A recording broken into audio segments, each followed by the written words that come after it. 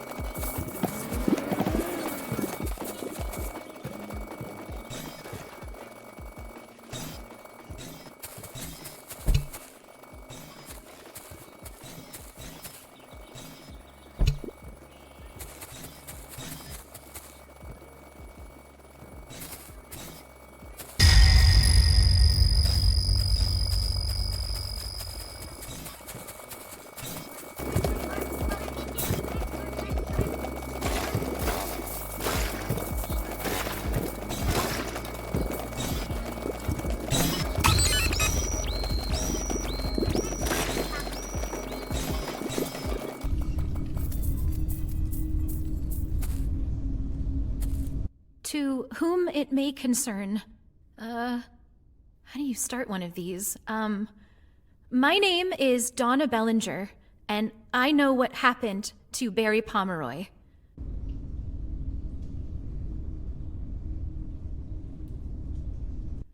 This is my confession.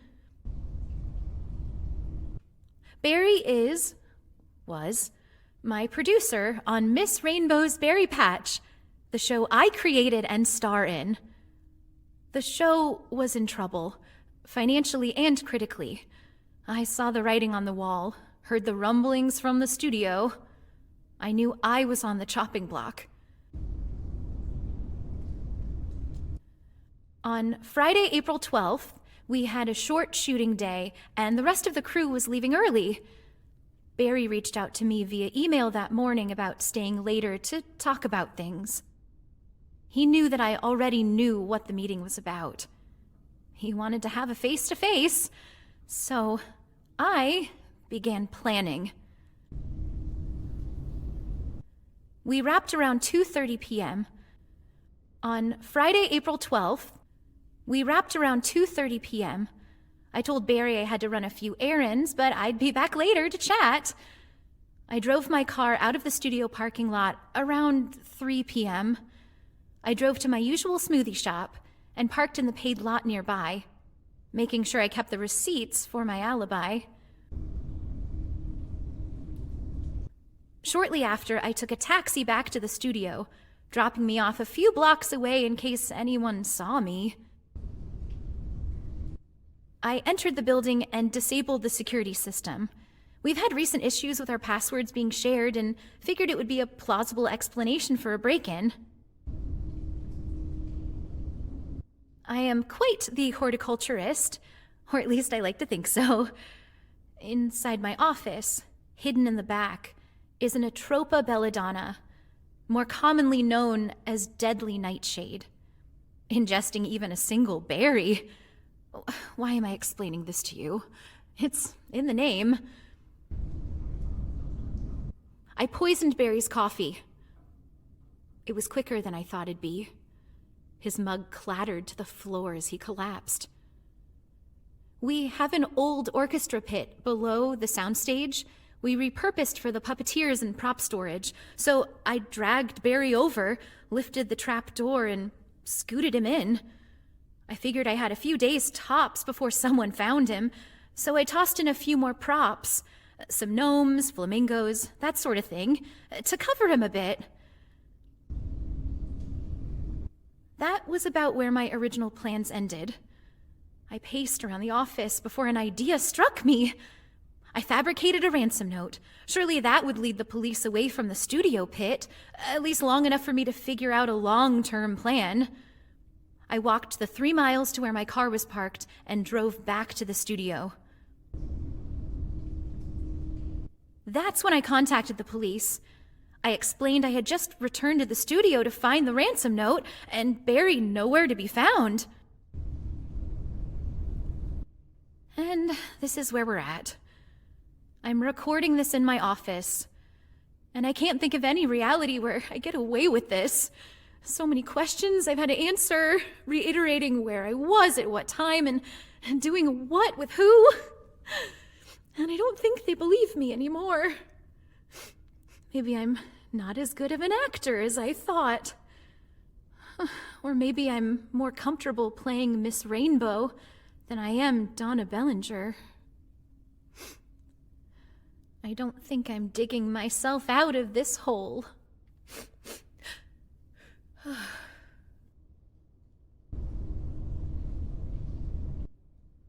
He deserved it. Barry deserved it. He wanted to sanitize my show, burn away my fingerprint from my own creation. The show would go on like I never existed. A rewrite? A recasting? A recasting of history! Reality! No. I'm the director of this story, and I haven't called cut yet. I'm going to bury under the scorched remains of this place. And no matter how deep you dig, you'll never find him. I'll make sure of it.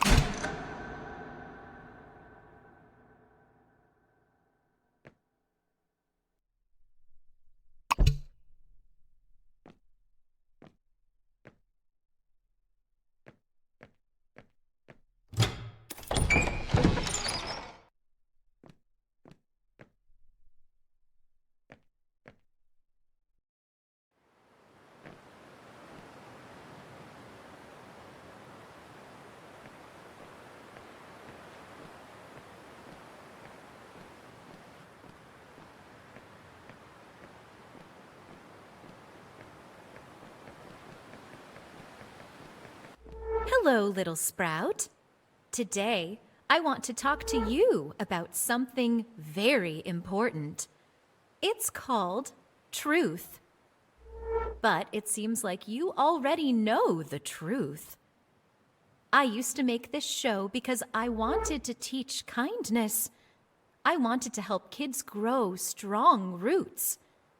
But then, the studio decided my roots weren't exciting enough.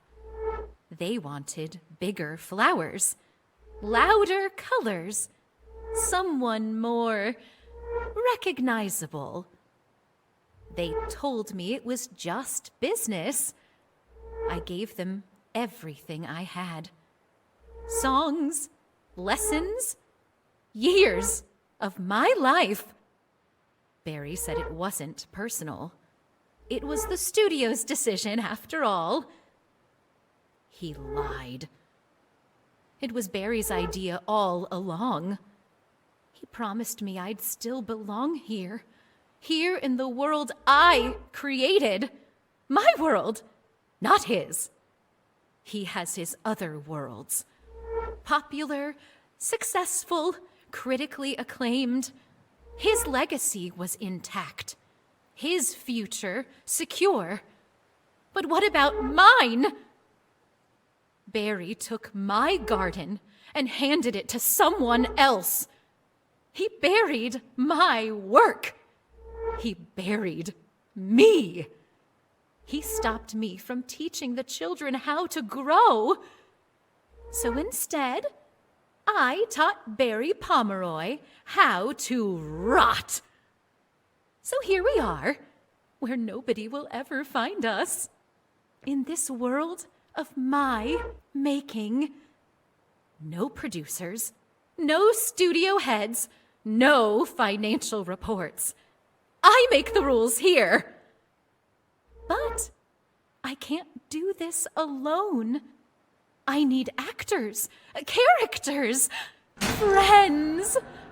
You watched my tape. And now you're here to help create my vision for a brighter, sunnier world forever. Now, let's get out of this dark hole. What do you say?